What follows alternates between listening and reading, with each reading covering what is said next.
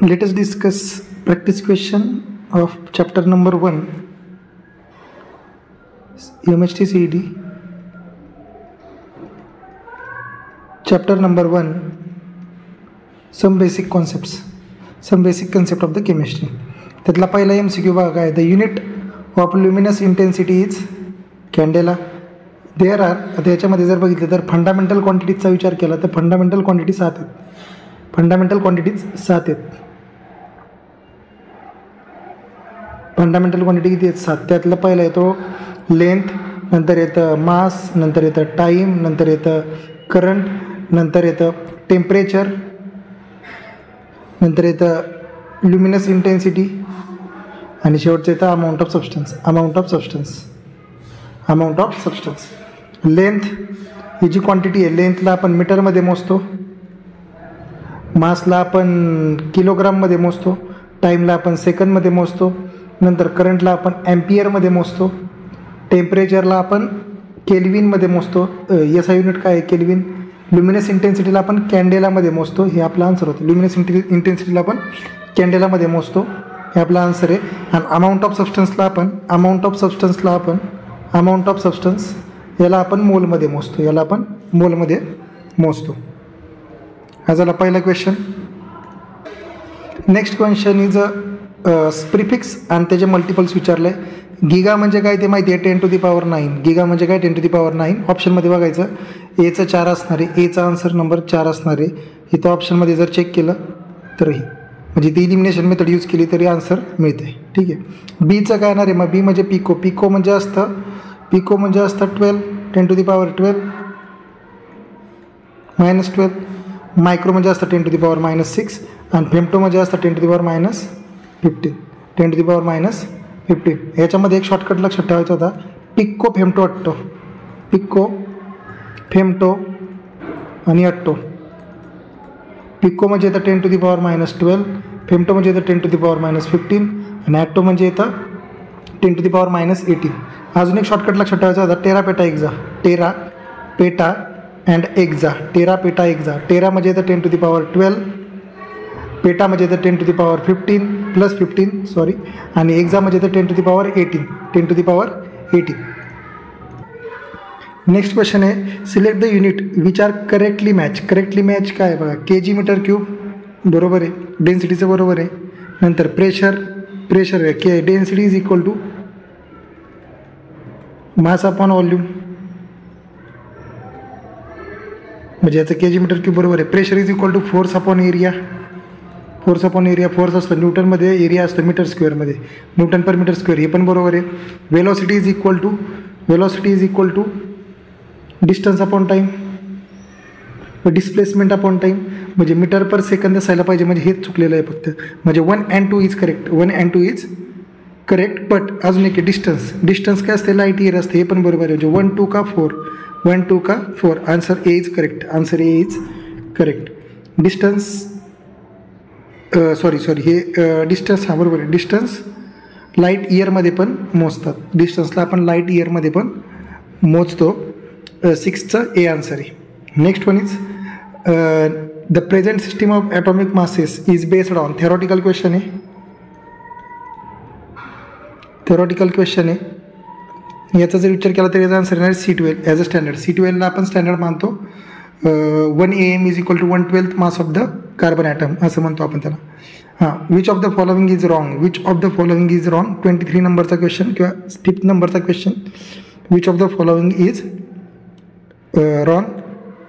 याच्यामध्ये जर नीट पाहिलं तर बघा 1 AMU is equal to U बरोबर आहे. 1 gram is equal to 6 × 10⁻22 AMU हे पण बरोबर आहे. AMU मध्ये म्हटलंय म्हणून बरोबर आहे. ठीक आहे.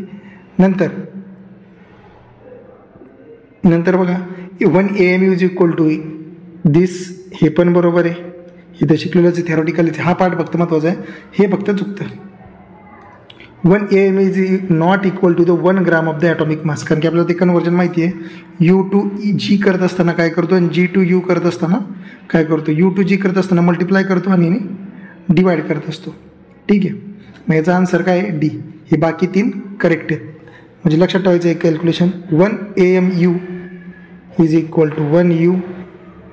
1 gram is equal to 6.022 10⁻23 AMU किंवा U म्हटलं तरी चालते. आणि 1 AMU is also equal to the 1.66 10⁻24 gram.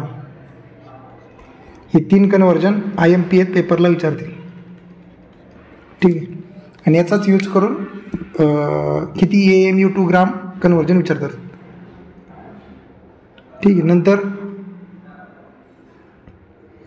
Chlorine has isotopes. हां, त्याचं मास दिले, म्हणजे क्लोरीनचे 2 आयसोटोप दिलेत. क्लोरीनचे आयसोटोप दिलेत. क्लोरीनचा आयसोटोप नंबर 1 म्हणू आपण याला, आणि क्लोरीनचा आयसोटोप नंबर 2 म्हणू. हा जो क्लोरीनचा आयसोटोप नंबर 1 आहे तो किती आहे? 349689. आणि त्याचा नॅचरल अबंडन्स, ते नॅचरली अबंडन्स किती आहे त्याचा? 75.77%. अबंडन्स किती आहे त्याचा? 75.77%. ठीक आहे. आणि C2 किती आहे? C2 किती आहे? 24.23%. त्याचा मास किती आहे?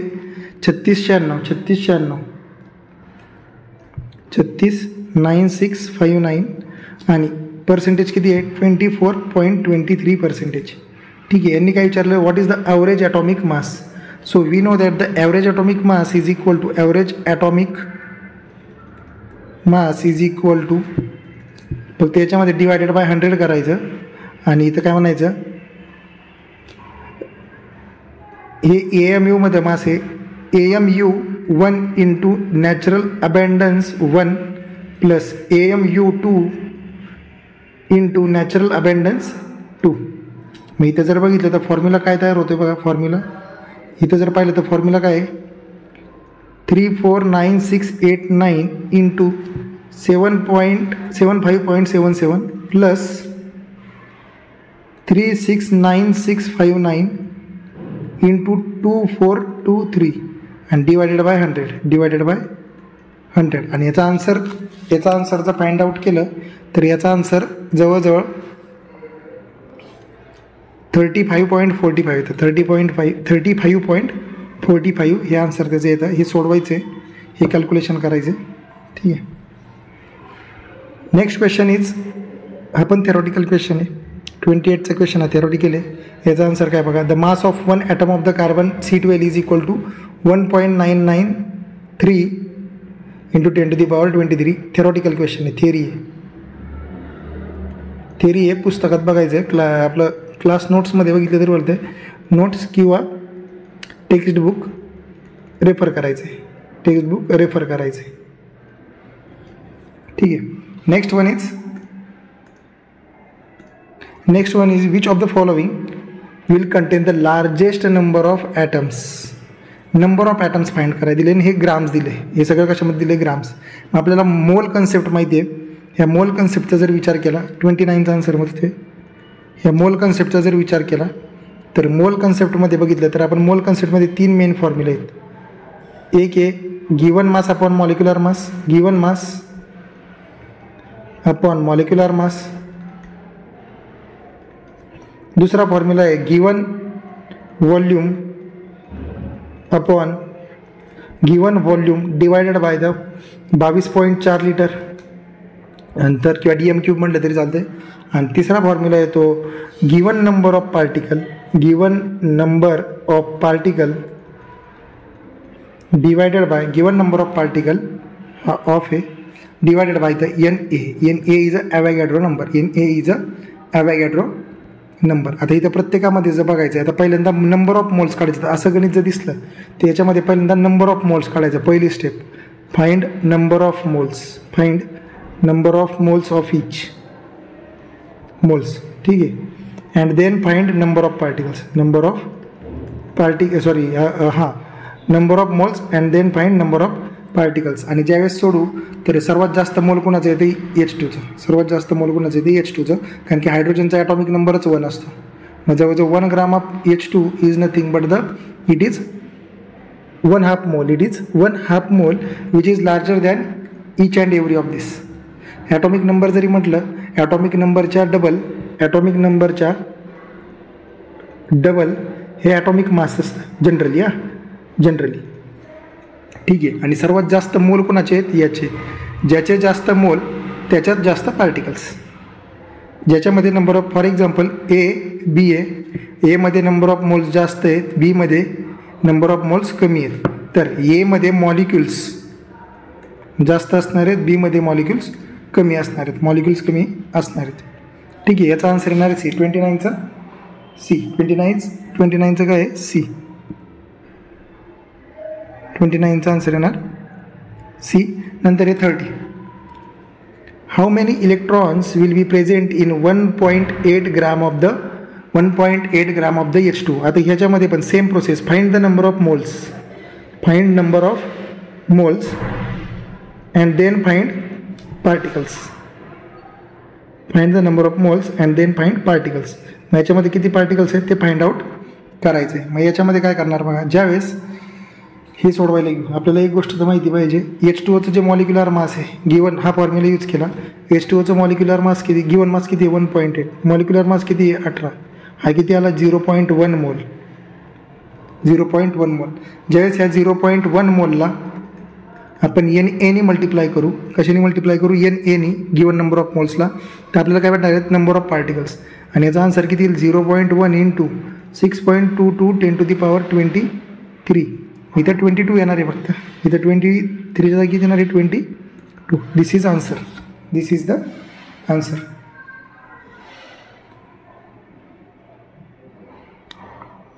तीसचं ए आन्सर आहे. 30चा आन्सर काय आहे? सॉरी, 30चा आन्सर ए येणार आहे. बरोबर आहे. याच्यावरती पेपरला क्वेश्चन विचारू शकतात, लक्षात ठेवायचं आहे.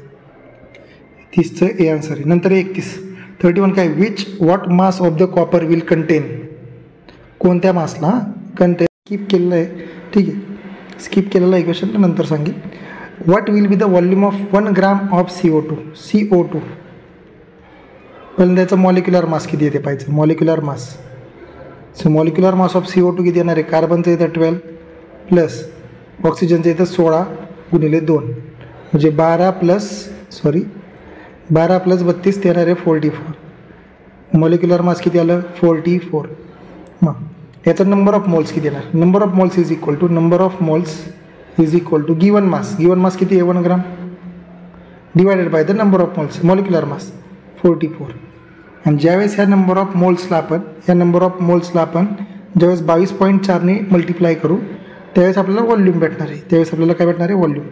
हितला म्हणजे इथं आपण पहिला आणि दुसरा फॉर्म्युला यूज करणार आहे. आता मोल कन्सेप्टमध्ये जे फॉर्म्युले आहेत ते कसे यूज करायचे ती एक ट्रिक लक्षात ठेवायची. मोल कन्सेप्टमध्ये जेवढे फॉर्म्युले आहेत ते मोल कन्सेप्टचे जे फॉर्म्युले आहेत ते यूज करण्यासाठी एक ट्रिक यूज करायची. एक सेकंड. हां, मोल कन्सेप्टचे फॉर्म्युले. आता आपल्याला एक गोष्ट माहिती पाहिजे. नंबर ऑफ मोल्सचे 3 फॉर्म्युले आहेत. नंबर ऑफ मोल्सचे 3 फॉर्म्युले आहेत. एक म्हणजे given mass upon molecular mass which is equal to given volume divided by the 22.4 and which is equal to the given number of particle divided by the NA. आता पहिले ह्या गणितामध्ये हा formula use केला आहे. हे यूज करायचं direct use करायचं. म्हणजे गिवन मास किती आहे? 1 ग्राम. CO2च्या रिलेटेड 1 ग्राम. इथं फक्त 1 लिहितोय मी, ग्राम लिहित नाही. हा फॉर्म्युला आपण यूज करतोय. CO2 किती आहे? 1 अपॉन मॉलिक्युलर मास किती आहे? 44 which is equal to given volume find out करायचं आहे, त्याला एक्स म्हणू. आणि हा 22.4 आहे. ज्यावेळेस आपण ही व्हॅल्यू पुट करू इकडे पाठवू 22.4 इंटू 1/44 हे ज्यावेळेस सॉल्व करू त्यावेळेस आपल्याला given volume of the X भेटेल, given volume of the CO2 भेटेल. आणि हां इथं बघा आता इथं काय आलं, इथं 22.4 डिवायडेड बाय द 44 हे आन्सर आलेलं आहे. आता इथं ते आन्सर कशाच्या आसपास येतं ते बघायचं, ते आपल्याला सोडवावंच लागेल. आता ते सोडूयात. 1/2 लमसम बघितलं 44ने जर 22ला भाग घालवला तिथं 2ने पहिल्यांदा भाग घालू 1 1 2 आणि त्याला 2 2 ठीक आहे. परत 2ने भाग घालू शकतो आपण. ह्याला किती येत आहे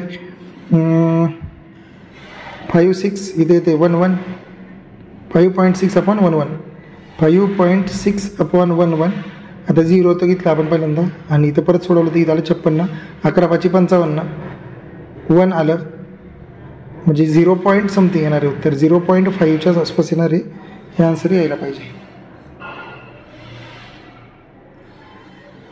0.5 लिटरच्या आसपास येणार बरोबर आहे हे बरोबर आहे ए 32चं ए आन्सर असणार आहे कारण की इथं जे उत्तर भेटणार आहे 0.5 ते लिटरमध्ये भेटणार आहे कारण की 22.4 लिटर आपण इथं यूज करतो 22.4 लिटर आपण इथं यूज करतो लिटर किंवा DMQ लिटर किंवा DMQ आपण यूज करताना करत असतो ठीक आहे next question is which of the following has maximum number of helium atoms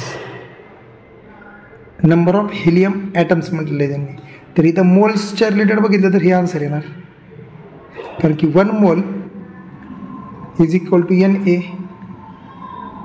ठीक आहे हे बाकीचे पाहिजेच नाहीत बाकीचे पाहिजे गरज नाही आहे हे बाकीचे सगळे स्मॉल युनिट्स आहेत ह्याच्यापेक्षा ते छोटे आहेत हेलियमच्या वजनाच्या 4 पट ते जास्त आहे सॉरी हेलियमचं जे वेट असणार आहे त्याच्या 52 टाइम्स ग्रेटर असणार आहे ते ठीक आहे नंतर इथं बघा which match the column with column A with column 2 select the correct answer 88 gram of the CO2 88 gram of the CO2 मग असेच पाहिलं CO2चं मॉलिक्युलर मास किती आहे 44 म्हणजे 88/44 गिवन मास अपॉन मॉलिक्युलर मास हे आलं 2 म्हणजे CO2चं आलं आन्सर 2 म्हणजे एचं 4 इलिमिनेशन मेथडने बघितलं तर एचं 4 म्हणजे आन्सर नंबर एच असणार आहे ठीक आहे हे क्वेश्चन आहेत क्वेश्चन पाहून घ्यायचे